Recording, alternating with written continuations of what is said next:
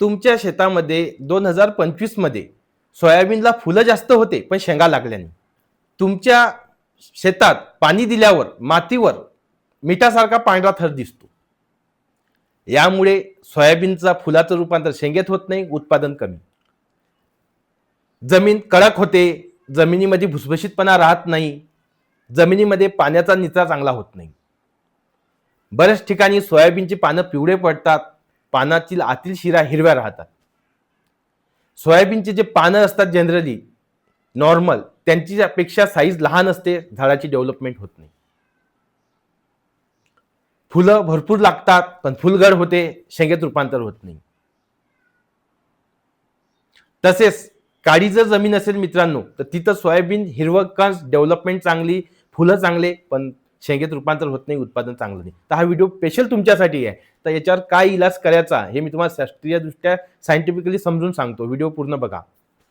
ज्या जमिनीवर मिठासारखा पांढरा थर दिसतो ती जमीन जनरली अल्कलाईन असते. तिथं जमिनीचा सामू वाढलेला असतो. तर हा सामू कमी झाला पाहिजे, जमीन भुसभुशीत झाली पाहिजे, पाण्याचा निचरा योग्य झाला पाहिजे आणि आपल्याला उत्पादन चांगलं मिळालं पाहिजे. त्याकरिता तुम्हाला एकरी 100 ते 200 किलो जिप्सम टाकायचं आहे. आता हे जिप्सम टाकसान कसं मित्रांनो, शेतात पूर्ण समप्रमाणात पसरून द्यायचं आहे, फैलून द्यायचं आहे. त्याच्यावर आपल्याला नांगरटी करायची आहे, शेतामध्ये ते गाळ्याचं आहे. हे तुम्ही पेरणीपूर्व करा मित्रांनो. जमीन भुसभुशीत होईल, पाण्याचा निचरा चांगला वाढेल आणि उत्पादन तुम्हाला वाढेल. दुसरी गोष्ट काय करणं महत्वाची आहे तर मित्रांनो, आपल्याला फेरस सल्फेट एकरी 10 ते 15 किलो फेरस सल्फेट सोयाबीन पिकाला देणं फार अत्यंत आवश्यक आहे. प्रत्येक शेतामध्ये देणं आवश्यक आहे. काय करायचं आहे मित्रांनो, फेरस सल्फेट आपल्याला शेतामध्ये द्यायचं आहे एकरी 10 ते 15 किलो.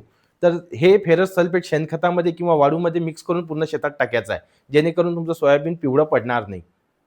तुमच्या सोयाबीनचं डेव्हलपमेंट चांगली होत नाही, म्हणजे विकास चांगला होत नाही, पानांचा आकार लहान असतो. त्यासाठी आपल्याला झिंक सल्फेट द्यायचं आहे 10 ते 12 किलो.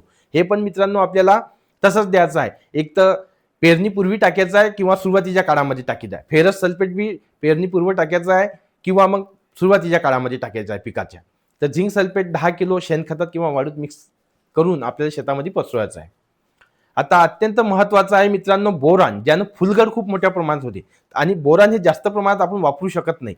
तर आपल्याला 1 ते 2 किलो प्रति एकर बोरान हे वापरायचं आहे.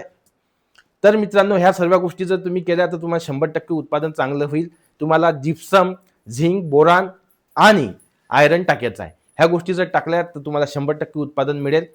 तुम्हाला यावर्षी उत्पादन चांगलं होईल. आणि मित्रांनो, जर तुमची काळी जमीन असेल तर तुम्हाला सोयाबीनचं डेव्हलपमेंट चांगलं दिसते, फुलं चांगली दिसतात, पण शेंगेत रूपांतर होत नाही, तर तुम्हाला ह्या गोष्टी करणं आहे.